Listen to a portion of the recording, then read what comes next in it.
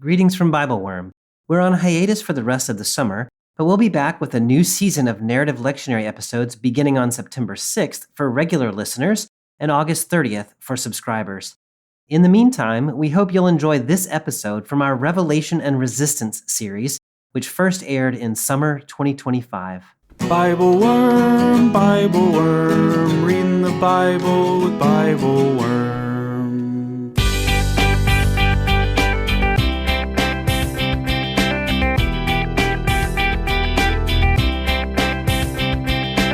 Welcome to Bible Worm, getting to the core of the biblical text. I'm Dr. Robert Williamson, professor of religious studies at Hendrix College and theologian in residence of Canvas Community in Little Rock, Arkansas. And I'm Dr. Amy Robertson, Director of Lifelong Learning and Music at Congregation Or Hadash in Sandy Springs, Georgia. We're here every week to discuss the biblical text, both as biblical scholars and as people of faith, one Jewish, one Christian. This week, we're continuing our series on Revelation and Resistance with Revelation 13, 1-18, and 17, 1-6. We examine the grotesque images of the beasts rising from land and sea as images of the Roman Empire, a misshapen, deceptive, and violent creature trapping people unknowingly in the worship of Satan. Then we turn our attention to woman Babylon, the beautiful seductress whose goblet is filled with the blood of the saints. Having these images before us gives substance to our unknown fears, we think, making visible that which lurks at the edges of our consciousness. More than that, perhaps, these images invite us to unmask the beastliness and seduction of the empire in our own day. How are we unwittingly seduced and coerced into the worship of violence? Thanks for joining us.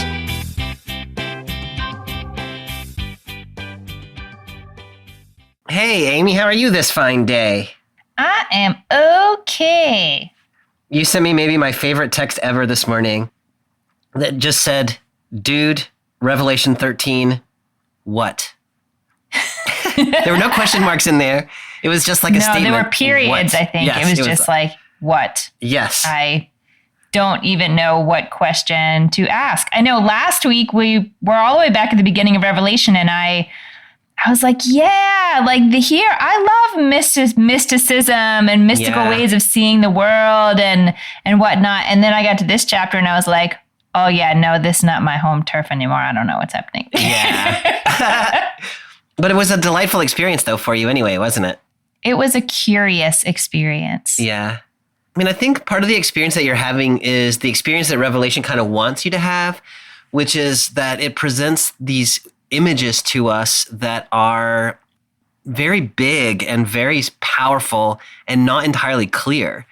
And so this is what our seer, John of Patmos, was seeing, and he didn't understand it either. And so he has to ask lots of questions and he has to have it interpreted for him by the angel. And what we're getting to see is sort of like a heavenly view of reality or something like that, like we talked about last time. And I mean, of course it doesn't make sense to us, right? Like it's godly stuff. It's like divine stuff that we are getting to see. Right. But is like a little bit big for our feeble human minds. Yeah, right. It is like trying to encapsulate the wholeness of some great mystery that is really beyond some kind of like linear progression that we could just put in tidy words and say, here are the equations that make all of this make sense. You know, like, yeah, it's meant to evoke all the things, but yeah, it does evoke all the things. Amy, part of the reason for some of the confusion, at least, is that in my either wisdom or foolishness, I have jumped us from Revelation 1, where we were last week, to Revelation 13, which is where we are this week. We're in 13, 1-18, and then we're going to skip even yet still more over to 17, 1-6. And then next week, we're going to jump backwards in the book to where we were previously. Yeah, why'd you do that, Williamson? Yeah, I mean, so first of all, we should just say this is different than what the Working Preacher series has. And so if you're following the Working Preacher series, I don't know quite how you handle that. Like maybe you just are a week off. I don't know how you handle it. The reason that I set the series this way is because I think I might actually be following Nelson Craybill, who writes a book called Apocalypse and Allegiance that has been very useful to me. But this chapter 13 and 17, they are sort of unveiling the Roman Empire as it appears from the perspective of God. And so it's a little bit this like, we need to get the symbols, like what is the Roman Empire up to and what is its nature before we can make sense of the call to Christians to sort of be doing something else. Now, John of Patmos told it, he started in chapter 1 and went straight through. And so he did not necessarily think that you needed what I think we need. So whatever, I could be totally wrong about this. But to me, it's helpful to know, like, what are we resisting before we start talking about how we're going to resist? Yeah. That's really powerful. And I think for all the sort of mystery that it might bring up for us, I mean, in some ways there would be mystery in any case, but it is a powerful thing to know. Yeah. Just as you're saying, what to know the what and then get to the, I don't know, how or why or something like that later. Amy, the one thing that I do think is really important in terms of setting the stage for Revelation 13 is just back one chapter in Revelation 12. There we get a story about the great serpent, the dragon, who is said to be Satan. And the story that's told there is of the dragon, who is one of the heavenly beings, getting into a war with God's angels. And God's angels win the victory, and they cast the serpent out of heaven, and the serpent sort of tumbles down to the earth. And so, Revelation 13 is picking up with this idea that there is a force of evil in the world that is divine in its nature, that has been defeated in the heavenly realm where it really matters, but it is still very much active and alive in the earthly realm, which is where we live our lives. The end of chapter 12 says in verse 17, the dragon was furious and he went off to make war on the rest of the children of the church. That is it says the rest of her children, but talking about Christians. The dragon went to make war on Christians, those who keep God's commandments and hold firmly to the witness of Jesus. So the dragon is at loose. The dragon is defeated. The dragon still has power, and the dragon is, basically trying to take out as many Christians as it can before its time expires. And that's the background for this text we're about to read. Fascinating. That's fascinating. That has me thinking in so many different directions, but I think they will take us off the path. Can you give us one direction that it's taking you? And if it takes us off the path, we'll just wander back.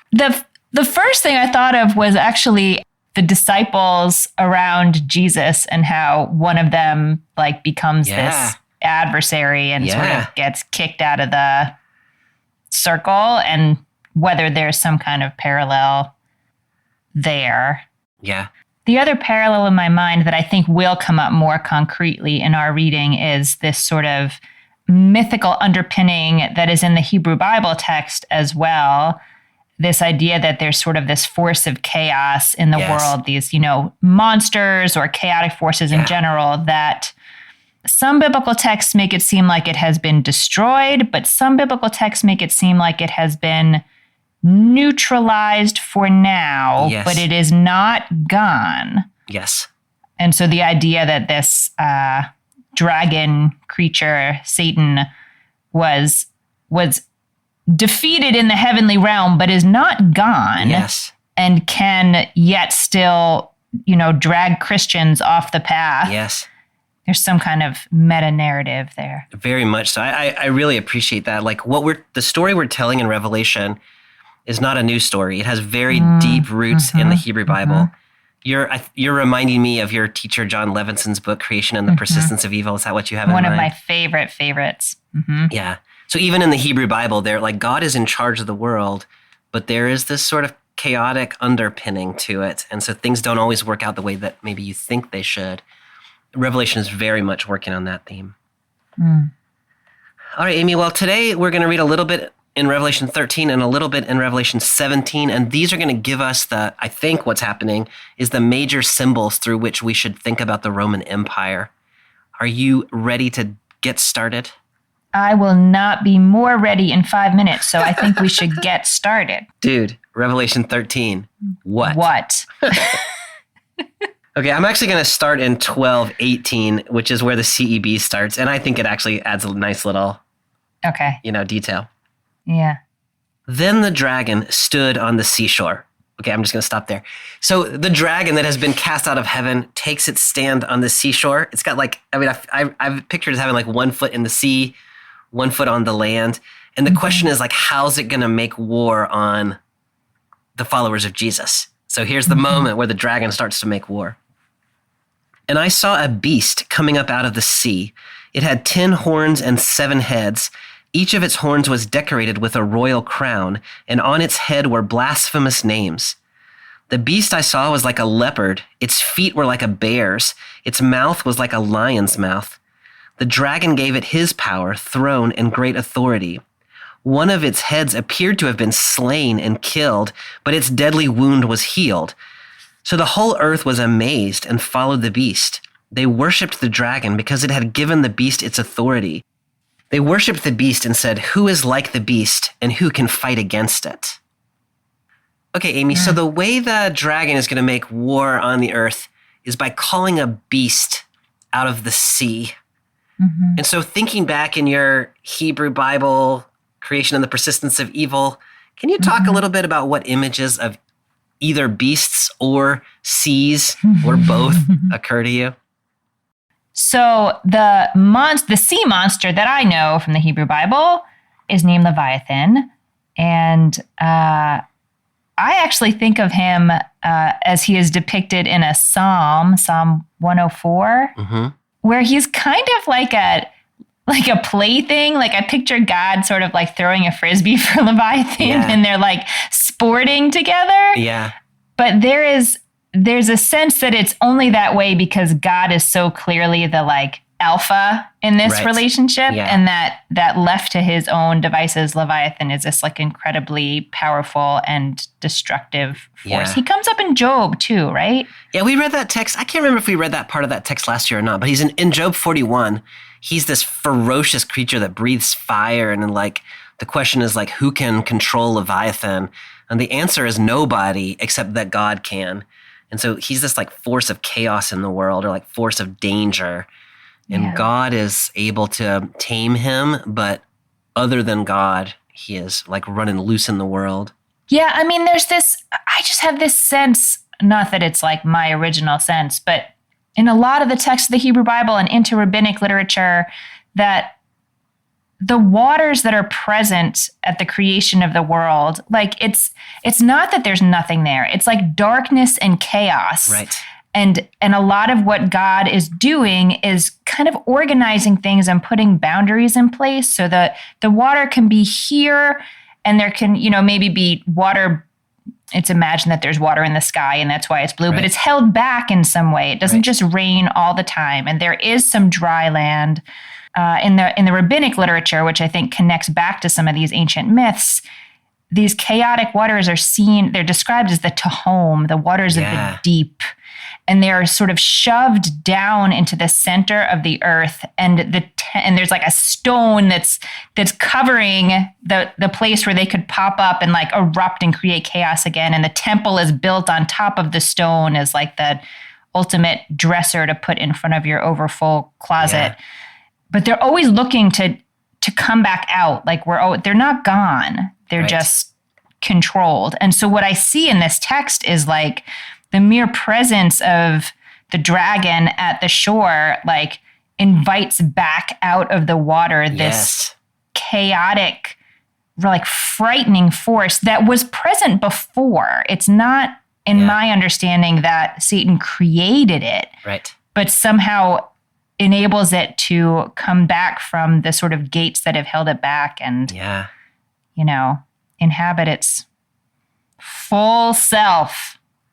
I love that, Amy. The other text that's in the back of my head when I read this is Daniel 7. Daniel, as you well know, is half of the book is these nice little court tales about a kid named Daniel.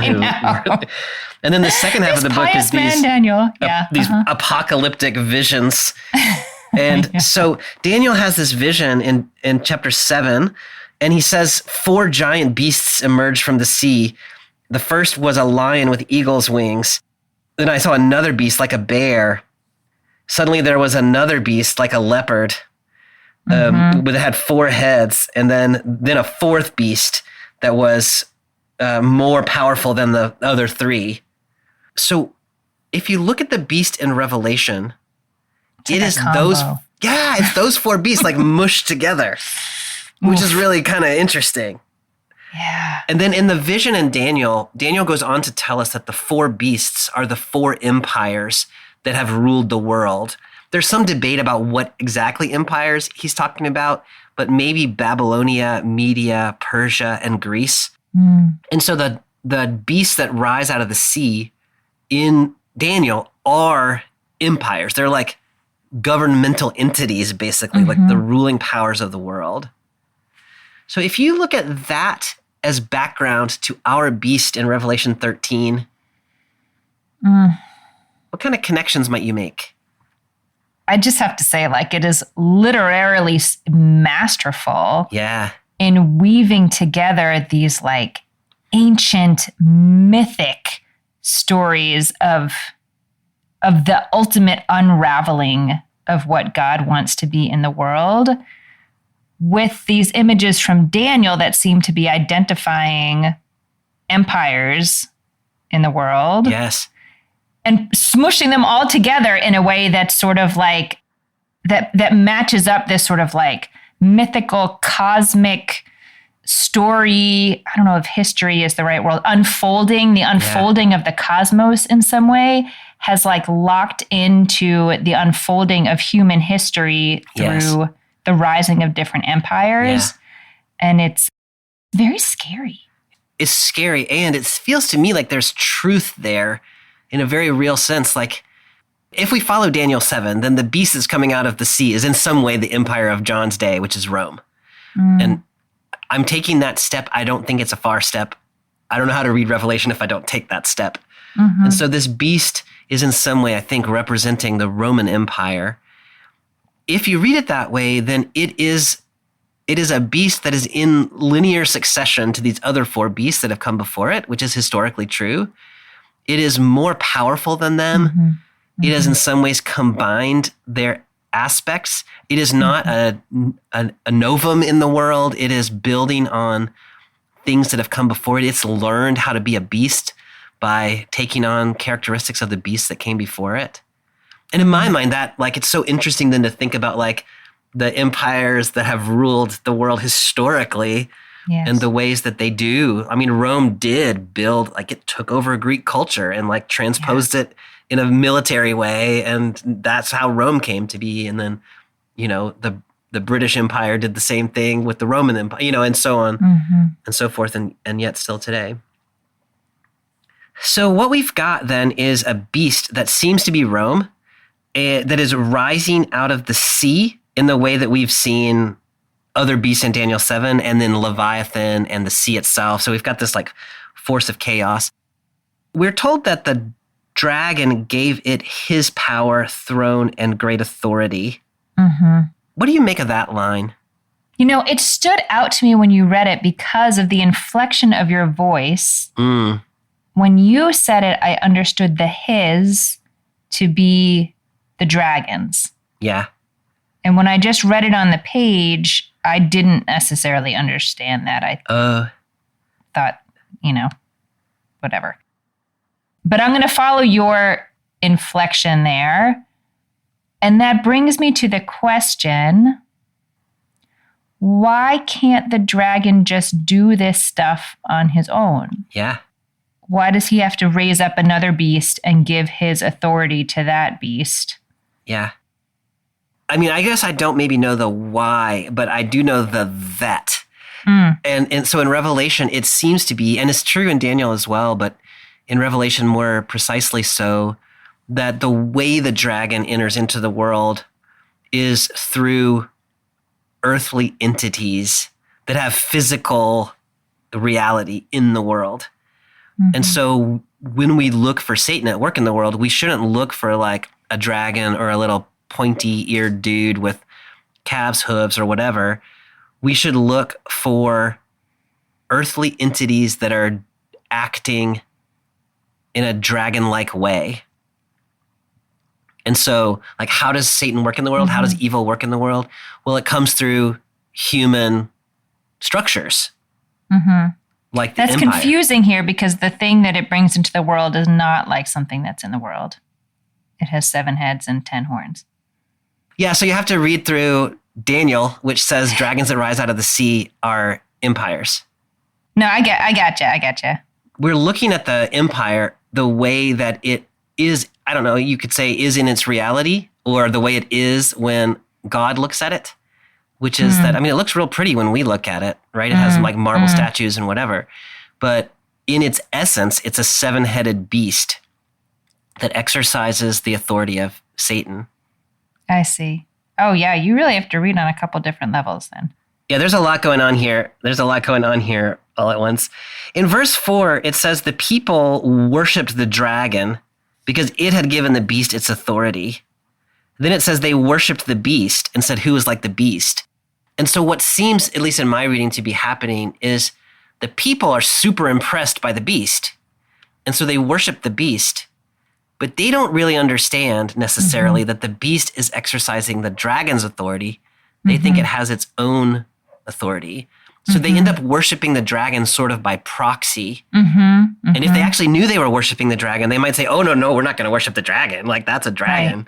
Right. But they're like, ooh, the empire, that's amazing. And so then that's how the beast gets its worship, is by creating this other thing that deceives people.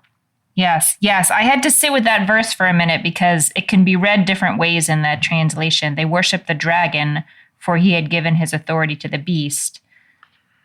You could read it as they worship the dragon, like since he had or because he had, but I agree with your reading. I ultimately came to the same reading as you. They were like sort of worshiping the dragon indirectly because they worship the beast, and the power of the beast came from the dragon. There's this weird little verse. I don't know if we're going to do anything with it or not, but in verse 3, so it's got 7 heads. One of its heads appeared to have been slain and killed, but its deadly wound was healed. So the earth was amazed and followed the beast. So we have like a little resurrection event? Yeah, kind of like a mini death and resurrection thing, which is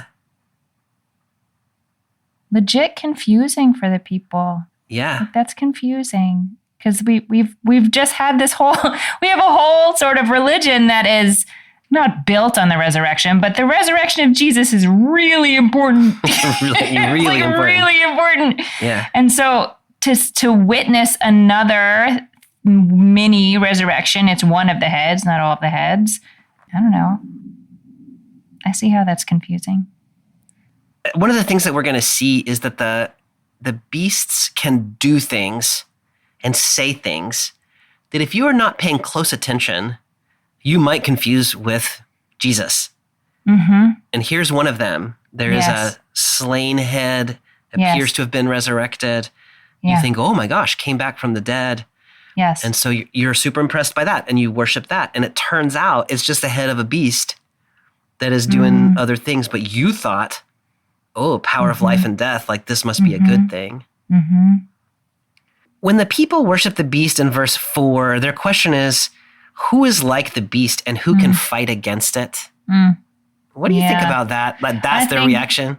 It is Micha Mocha Ba'ilim Adonai, like it is Exodus 15. Who is like you among the gods? When God splits the sea, again, going back to that like epic that underlines so much of the story, that the sea is chaos and God controls the sea. And now they have seen something that they think is the equivalent of that power is a problem. So they're saying something to the beast that one rightly should say of God. Is that what you're after? Yeah. That is so powerful, Amy. The other piece of that I read too is like, it's a little bit of a like helplessness. Like, what could you possibly do? Like, this beast is so powerful. Who can fight against it? Like that, like a legitimate question, like that it's a debilitation. I like seeing both of those at the same time, like misattributing things that belong properly to God, and also like, well, if the beast is that powerful, like what can you do? And you're kind of going along.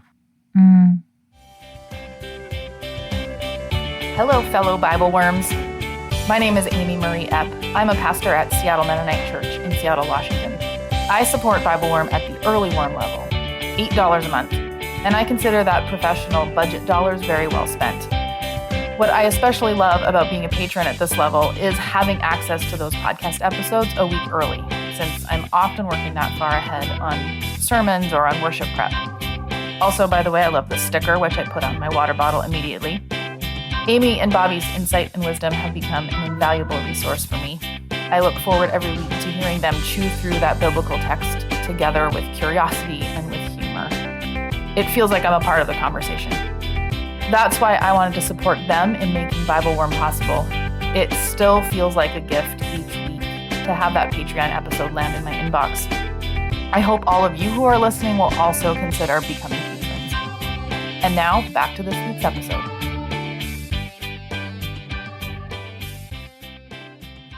All right, I'm picking up in verse 5. The beast was given a mouth that spoke boastful and blasphemous things, and it was given authority to act for 42 months. It opened its mouth to speak blasphemies against God. It blasphemed God's name and his dwelling place, that is, those who dwell in heaven. It was allowed to make war on the saints and to gain victory over them. It was given authority over every tribe, people, language, and nation. All who live on earth worshipped it, all whose names hadn't been written from the time the earth was made in the scroll of the life of the Lamb who was slain. Whoever has ears must listen. If any are to be taken captive, then into captivity they will go. If any are to be killed by the sword, then by the sword they will be killed. This calls for endurance and faithfulness on the part of the saints. So the first thing that we get here is a beast speaking blasphemous things. What do you make of that image of the blasphemous, spewing blasphemies part of the beast? It just is, it's held in such, I mean, okay, before this part, we know that this beast has risen out of the sea because the dragon has called it out of the sea. And perhaps other people should have been suspicious because of various things. But this is the point for me. And like, okay, the people who were misled, they said the Micha Mocha thing, that's not so great. Yeah. But then the beast starts speaking blasphemy against God. Yeah. So I guess my question then is it too late to turn things back? Like they've already, somehow this beast already has enough authority that by the time it's speaking blasphemy and the people realize or should realize that this is an ungodly force, it's too late? Or are they already so convinced that they don't even notice that this is a problem, or they think maybe this beast is stronger than God, or I don't know. That's what it has me wondering about. That's really important, Amy. Like my own reading is that the people don't figure out that the dragon is animating the beast. Maybe ever. And part of what Revelation is doing is saying to the reader of Revelation, like, hey, you, open your eyes, right? This is dragon speak here. But people who have not read Revelation or who haven't understood in a sort of revealed way, they just think that the beast is awesome. And if the beast is the Roman Empire, then this is a statement about the like persuasiveness of the empire.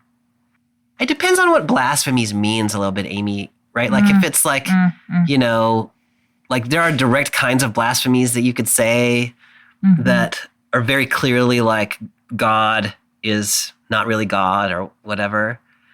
There's also blasphemies that you could speak in which you claim to be God like yourself. And that to me has more energy in it. That empires, rulers, I mean, we see it today even, like to claim that they are the source of life and death, or that they control the earth, or that all the good things that happen in the world happen because of them.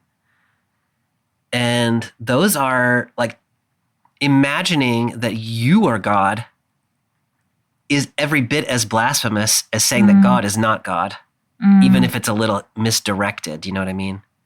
Yeah, and it's not as obvious in the world. You know, it's you can pick it out when someone is saying God is not God, but there are a lot of ways in which we live in a world where people are claiming in some way or another power that should be reserved for God. And that gets fuzzier, I guess. or even lifting up God's name for things that are not godly, like I'm thinking like to the third commandment or whichever commandment it is, and I get confused about the various traditions. Yeah.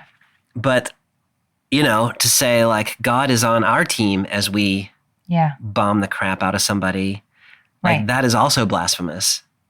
Yeah. Mm-hmm. The beast is allowed to make war on the saints and to gain victory. So its mode is violence. Is that how you read? I don't know how else you would read that. Yeah, I don't know. I don't know what to make of that. I didn't know if it meant it makes war on the saints and somehow like converts their hearts away from God, or if it means like physically is violent. I like that, Amy. Like I like holding both of those ideas. Like physical violence, like it makes war. And also it can trick you or compel you in some other ways, threaten you.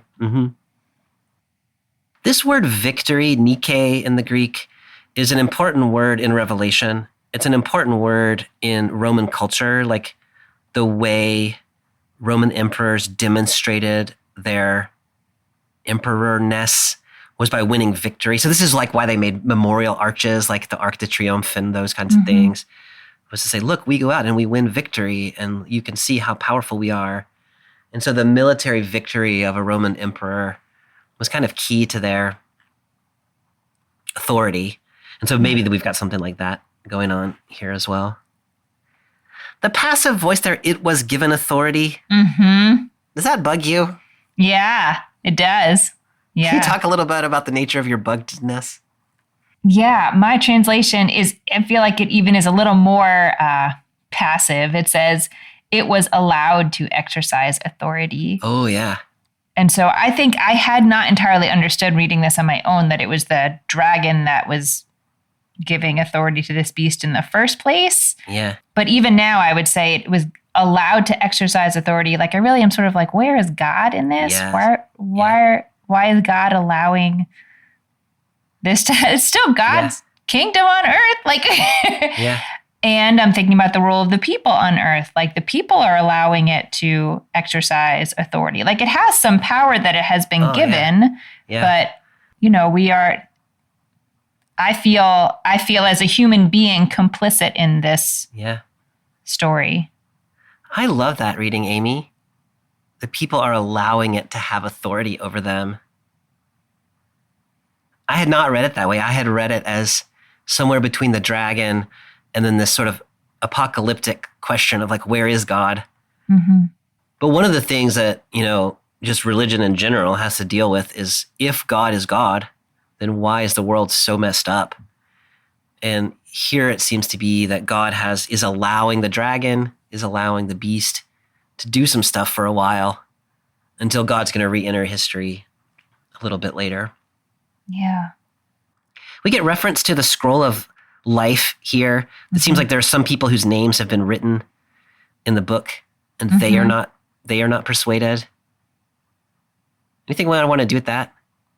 Well, who's the lamb? Is that Jesus? Oh yeah, this is an important bit that we skipped. Okay. In Revelation 5, as we'll see next week, the lamb is a key image for who Jesus is in the book of Revelation. So the book of the lamb is those who follow Jesus. Yeah. Okay, so like Christians are saved from this? Like all the inhabitants of the earth? My translation actually has future tense here. All the inhabitants of the earth will worship it, except for Christians? Is that what it's saying? Well, it's saying people whose names are written in the book of life. I have two cautions about using the word Christian there.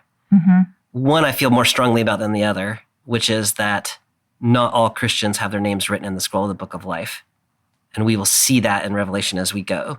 Okay. So just saying that you are a follower of the Lamb does not mean that you actually are a follower of the Lamb. And therefore, you might be surprised that your name is not actually written in the book. I think there is also a question of whether people who are not self-acknowledged followers of the Lamb could be in the book. And I don't know the answer to that question. I know. But there's some group of people. And apparently around Roman times, there was also the ancient Jewish community was debating whether there was some kind of like predestination thing happening to, like some kind of book like this that your name could be written in and that meant something about your fate. Yeah, absolutely. These scrolls have a history. That in that Daniel 7 text, God opens up the scrolls and looks. And there it's not people, individuals, but it's the nations and who's done right and wrong. Yeah. Amy, the last line in this little section, whoever has ears must listen. And so it's like, hey, you, if you're not paying attention, like this is about you too. And then we get this line, if you're to be taken captive, then you'll go into captivity.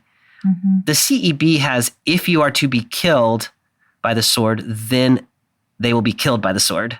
What does the NRSV have right there? Mine is different. If you kill with the sword you must be killed. Yeah.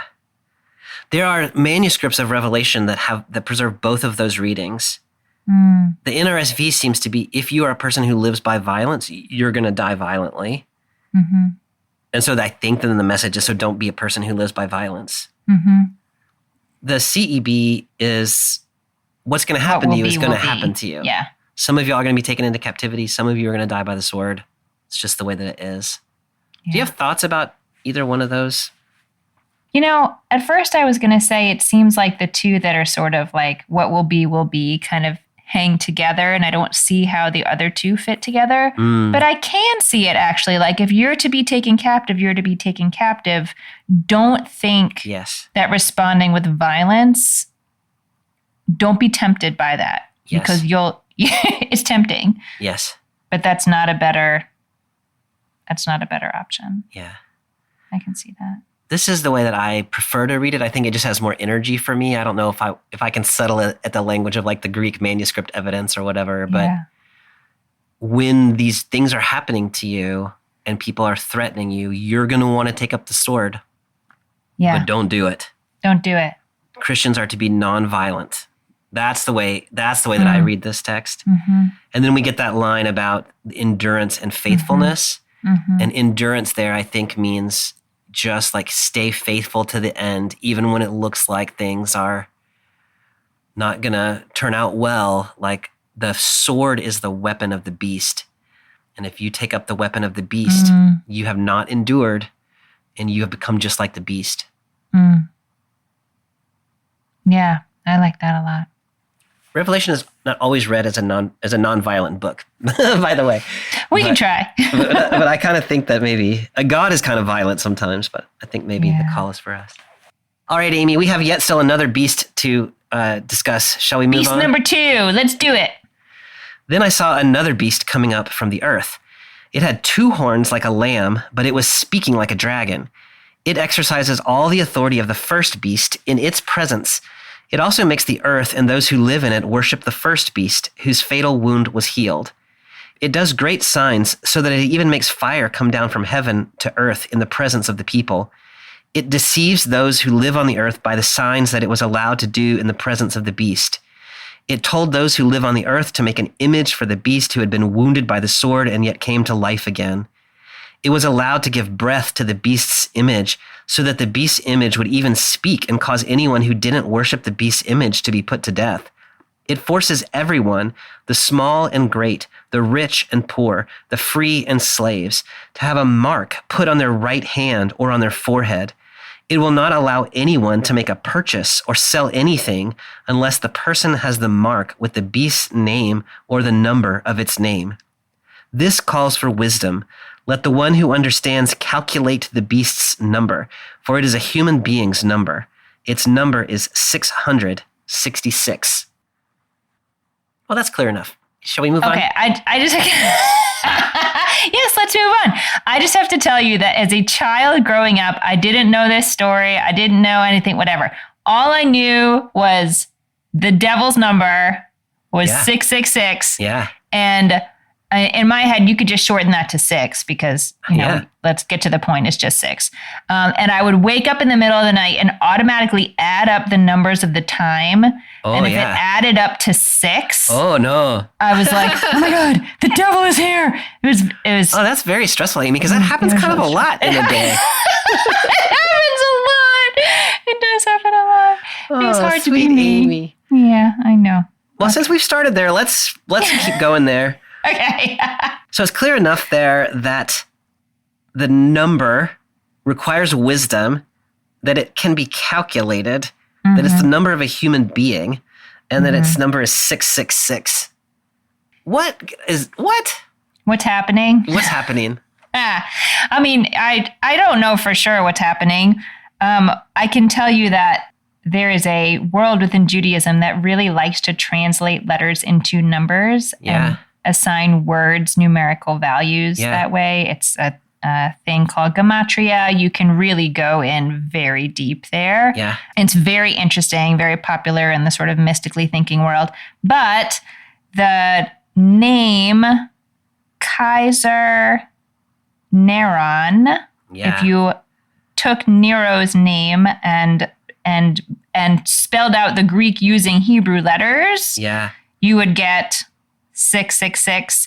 If you did Nero and didn't have that second N on it, then you get 616, 616, which some other manuscripts have 616. So it seems to be that number is referring specifically to that same emperor that you had mentioned before. The reason that gematria works, of course, is because Hebrew doesn't have numerals, and so it uses letters of the alphabet to represent numbers. So it would be like if A was 1 or B was 2 in the English alphabet.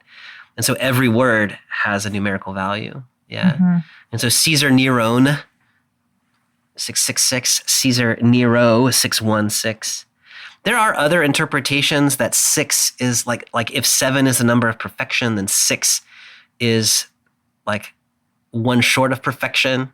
And so 666 is like trying to make it to be the perfect creature, but isn't. But I am much persuaded by the Nero reading because I think it fits with other things that we have been seeing. So the first beast, the sea beast, has the number 666, and the land beast is causing people to worship the sea beast. The land beast, so it comes from the land, not from the sea. It has 2 horns. Like a lamb. Like That's a lamb. so confusing, Bobby. It speaks like a dragon. Talk about the confusion. Because we just talked about the lamb, and the lamb was Jesus.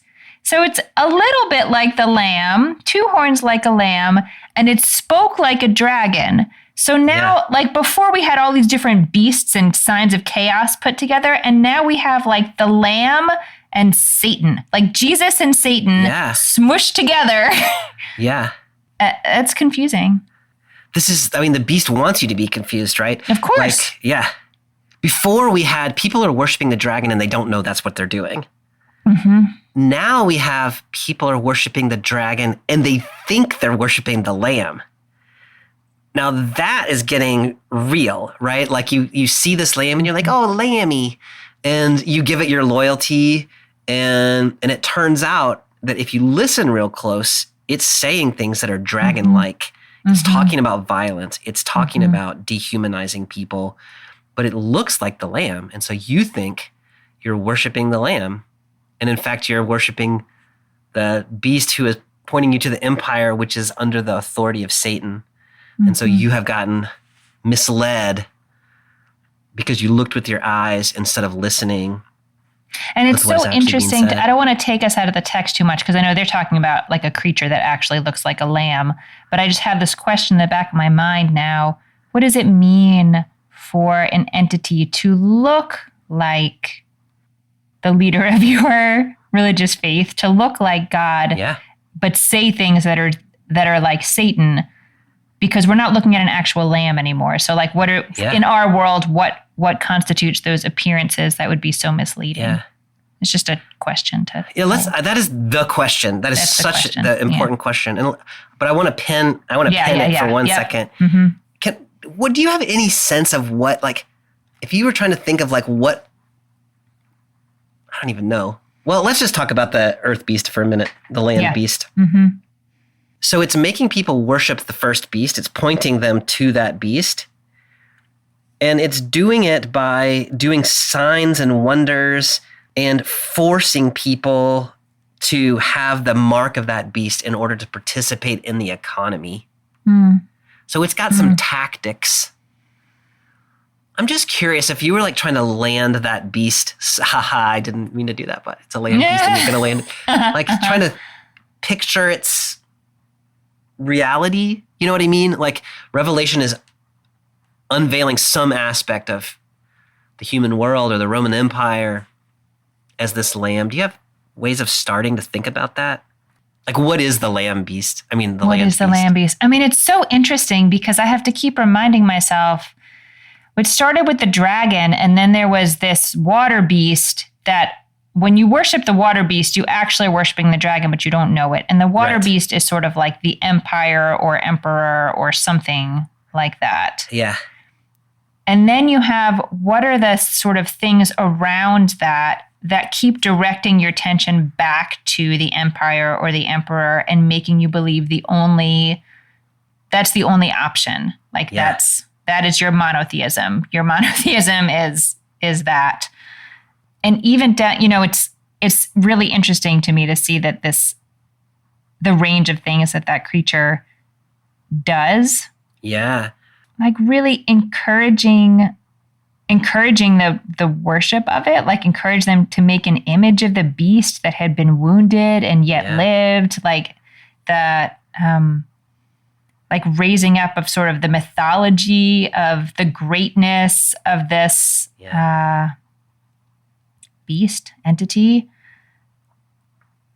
And then tying that together with the sort of practical, you can't participate in like these major economies of the world. Like you're putting your own sustainability. That's a weird word, but you're putting your own like ability to care for your basic needs. Somehow that gets tied to worshiping this entity in a way that you can't stay neutral.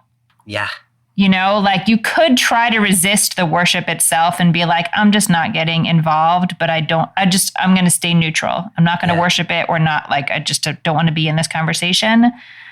But this lamb creature is not allowing that. Like you're either in or you're going to suffer in your body because you will not be able to participate in the economy. That's really well said, Amy. No, that's beautiful. Many scholars read this. So remember that John is talking to the Christians in Asia Minor in Turkey, not to the ones living in Rome, not to the ones living in Jerusalem.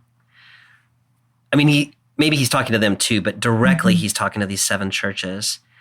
And these 7 churches would rarely have encountered the emperor, qua emperor, but they would have encountered the imperial cult and the temples and the statues and the coinage that has the emperor's face on it. They would have encountered the mythology told about the emperor and about the empire and about how Caesar Augustus like quelled the forces of chaos and established peace in the world. They would have heard about the Pax Romana and like the peacefulness that we live in could not have existed if it were not for the emperor. And so this kind of, I mean, it's basically like the propaganda arm of the Roman Empire. But it's in the culture, it's in the religious realm, it's in the stories that you tell, it's in the theater, it's in the Colosseums where people are fighting and winning victory. It's like all of these things that are like the essence of just cultured life. Those are the propaganda arm of the empire. And when you look at it, it seems innocuous. It seems lamb-like. It seems lovely. It seems like human.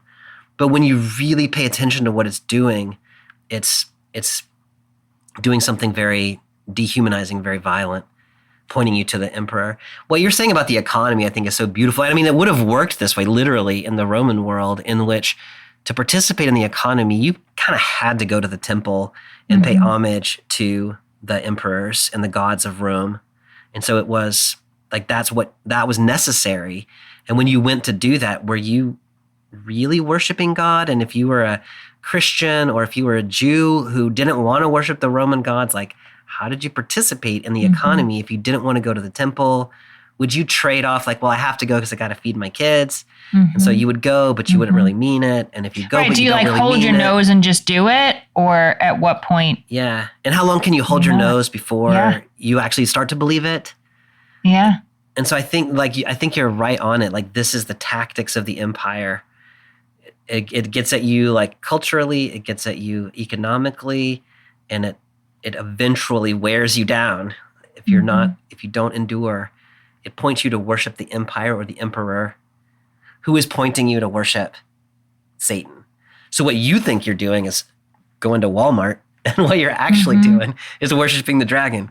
Like, that's pretty intense. Like, Revelation just got really, really real. I think you're going to Walmart. Yeah. Oh, man. All right, Amy, I want to move us. There's a lot always that we could say. I want to move us to the other image that we're just going to talk about briefly of the Roman Empire. It's worked out in full in Revelation 17 and 18, but we're just going to read the first few verses of Revelation 17. This passage uses the language of prostitute in CEB. Sometimes you'll hear it use the word whore. That's in my translation. I talk about her as the promiscuous woman, or sometimes just as woman Babylon, because I try to avoid some of those images. So I just want to acknowledge this is a difficult image, especially from a feminist pro-woman angle, but it's an effective symbol for some reasons. It's effective for the same reasons it's problematic, I think. So we're in 17, 1-6. Then one of the 7 angels who had the 7 bowls spoke with me.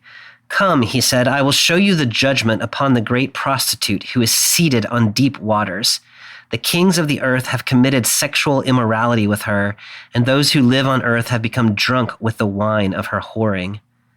Then he brought me in a spirit-inspired trance to a desert. There I saw a woman seated on a scarlet beast that was covered with blasphemous names. It had 7 heads and 10 horns. The woman wore purple and scarlet clothing, and she glittered with gold and jewels and pearls. In her hand she held a gold cup full of the vile and impure things that came from her activity as a prostitute. A name, a mystery, was written on her forehead: Babylon the Great, the mother of prostitutes and the vile things of the earth. I saw that the woman was drunk on the blood of the saints and the blood of Jesus' witnesses. I was completely stunned when I saw her. Amy, I want to start with the image that John first sees in verse 3. Woman seated on a beast wearing purple, scarlet, gold, jewels, pearls. Can you just imagine, like, if you were John, when you first see her, you don't really know what she is or what she's up to? Or what's in that cup. Or what's in that cup, What's in the cup, man. Yeah, no. I mean, she looks like the most wealthy and elegant and important of women. I would think she's wearing these, I don't know if it's a word better than fancy. She's wearing jewels. She's wearing fabrics that, indicate real wealth and status. Yeah. So, I would think she's a queen. Yeah. Yeah, she seems beautiful, and she seems wealthy, and she seems like you're kind of drawn to her, I think. Yeah, sure. You want to be like next to her. Yeah. It turns out that the kings of the earth have been promiscuous with her. So first of all, she turns out to be a promiscuous woman, which we might not have expected when we just looked at her. Do you have thoughts about what to do with that language of promiscuity? I mean, that again, it's like a long-standing trope across the Hebrew Bible also of, I feel like there's this real sort of fear in some way of the power of our sexuality to make us do things that we might not ought to do or might not be in our own best interest or the best interest of other people. Almost like in the same way that the chaotic waters, it's the chaos of them that is so frightening. I think there's this sense of sexuality that way too. And so whenever I encounter these female figures who are not properly, they're like alluring and seductive. And so they're arousing in onlookers that sort of potential for chaotic action, I'll say, for lack of some better term. And it turns out that like she herself participates in that all the time and sees no problem with it. So just on a basic level, I sort of see it as like a appetite's out of control and there's no attentiveness to like the meaning of your actions. Yeah. She reminds you a little bit of, in Proverbs, the strange woman, as she's sometimes called in Proverbs 7, or woman folly in Proverbs 9, that unsuspecting unsuspecting young men are drawn to her. And then it turns out that she's like a gateway to Sheol, I think Proverbs 7 actually says. But very like beautiful and interesting and intriguing on the surface. She is said to be Babylon the Great. That's the name written on her forehead. Yeah. Talk to me a little bit about Babylon the Great and what that has to do with this woman, do you think? You know, it's interesting. I had assumed that the names on people's foreheads were like, this is the entity you serve. Oh, I see. Yeah.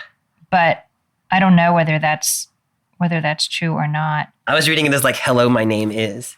Yeah, no, I could see it as hello, my name is. I mean, maybe it could be either way, but I don't know a whole lot about what's going on historically in this time period. I think of Babylon as, one of the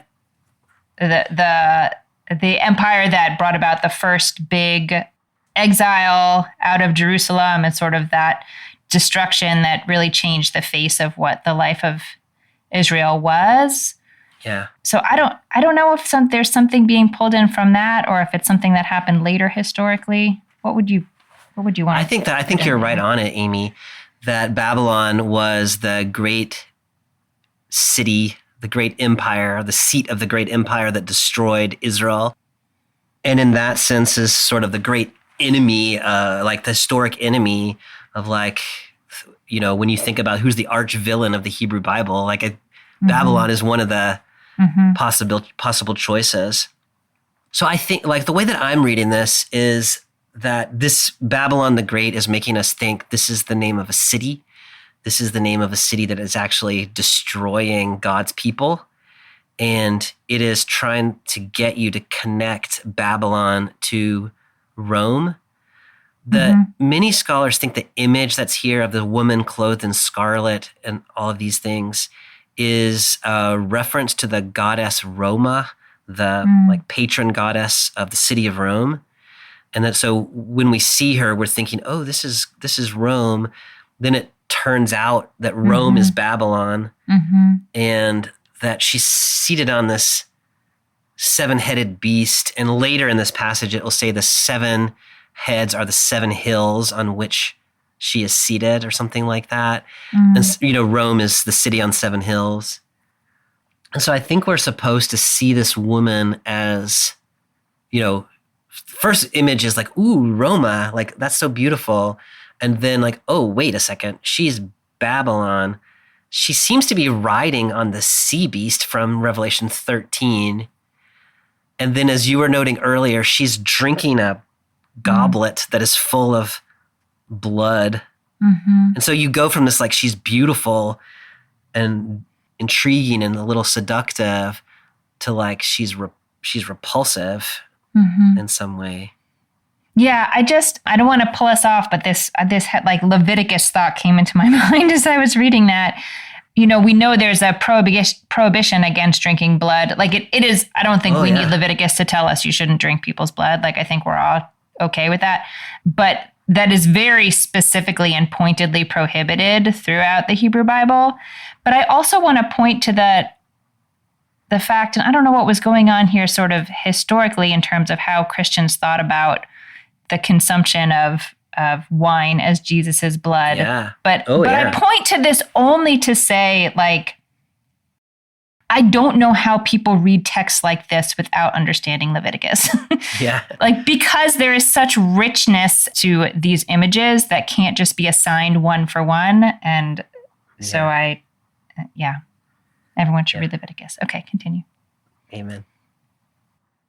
So, Amy, in my understanding, these couple chapters of Revelation, and we could read further on in 17, of course, they're trying to give us a set of symbols by which to think about the empire in some way.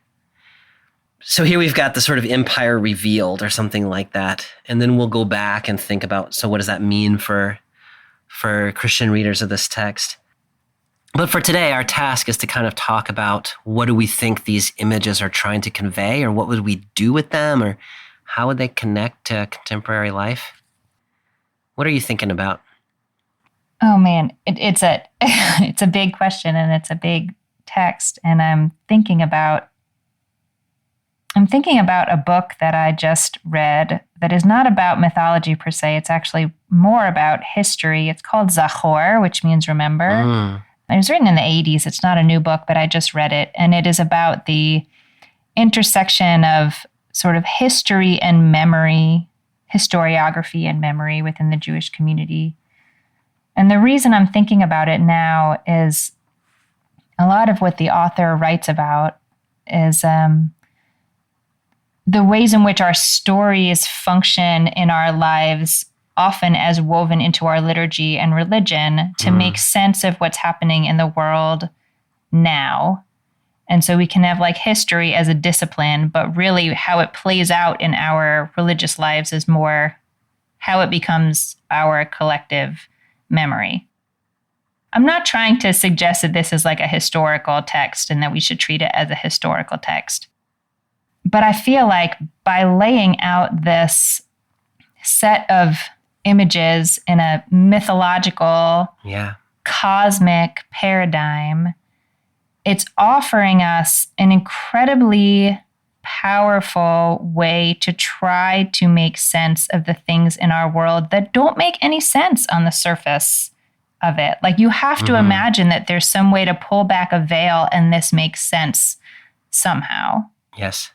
But I think I'll be interested to see how this unfolds for me as we read more of Revelation. But what I'm feeling right now about it is both the power and sort of the caution against doing that too freely. Referring back to sort of history and memory, I'm thinking of the way that the Holocaust is invoked so frequently now in the Jewish world that everything feels like the Holocaust, and it's a little overwhelming, in the same way that, like, in the aisles in the grocery store, I've been reading about the Antichrist since, like every week at the grocery store, someone's the Antichrist. Yeah. And that the power of these stories is so inviting that I wonder how they can be used well and powerfully and responsibly and with some nuance. Yeah. So that they don't take us from like, oh, here's a problematic situation from like 0 to 100 in 5 seconds because that's not meaningful anymore. But there really is something about the power of a mythical story that just puts our fear in the center of the room and says, like, we are afraid something is happening and we don't understand it. And whatever image you can put in the middle of the room around it is not as scary as what we're already experiencing. Like, you can't scare us because the world is actually scarier than any beast you can describe. So I really appreciate that it's not shying away from that, the scariness of the world. And I don't know yet how to use that meaningfully. Yeah. And I wonder what you think. That's such an important insight and also caution. It is true that Revelation often gets used in these sort of like one-to-one, like, oh, that person is the Antichrist. Yeah. In my mind, what's really useful about Revelation is I think it's exposing in a really smart way the way that empires tend to work. It's talking about Rome, but I think you can look at it in the ways like just the logic by which empires throughout history and today have won people's hearts and minds and the ways that they sustain themselves. And so there's not this sort of one-to-one, but there is kind of a diagnostic effect of revelation, I think. You were talking about fear, which I think is right. But I don't think this text is only about fear. There's a lot in this text about people who ought to be afraid, but they're not, because they have been fooled into thinking that everything is great and good, and that they are, worshiping, following, being economic entities within the Pax Romana of the Roman Empire, and it's all to the good. And so I think part of the shocking nature of this imagery is to wake people up to what is happening. So you see that beautiful Roma goddess and you're like, wow, she's beautiful. Like, I want to be part of that. And it's only when you really stop and look close that you realize that she's misleading you. She's drinking blood. Like she's built her wealth on violence, and that you would not have seen that. Or that the beast that speaks like a lamb, you think, oh, this is like a little peaceful creature. It's all good. And maybe it's Jesus. And then you suddenly realize that what it's pointing you to is actually violent again. One of the things that I think is so powerful in this text is it gives you a couple different images for how empires operate. The sort of the seductress image, and maybe a little bit the propaganda beast, the land beast image, are like, we're going to win you over as best we can in positive ways. Like, we want to show you wealth. We want to show you opportunity. We want to show you, you can go to the theater and, it's all culture. It's all good. And only if you're really paying attention do you realize that it's not. Then once you've realized that it's not, then the sea beast is like, well, I'll mess you up, right? Like, it's making war, it's killing with the sword. And so there's this like two-pronged, like seduction first, because it's easier, and violence second, because it's what is ultimately necessary to preserve the order. And the Roman Empire operated that way, and often, I think still today, like seduction and violence, the threat of violence, making you ask the question, like, who can defeat it? And so then you think like, there's nothing I can do. Or, like you have to have the mark on your hand to participate in the economy. And you're like, well, I need to eat. I got to feed my kids. So like, what can I do?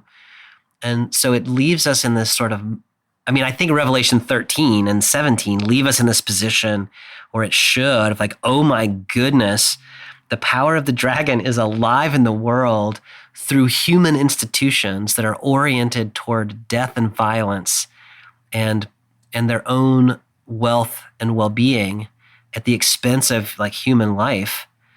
And maybe we didn't see that before we read Revelation 13, but now we do.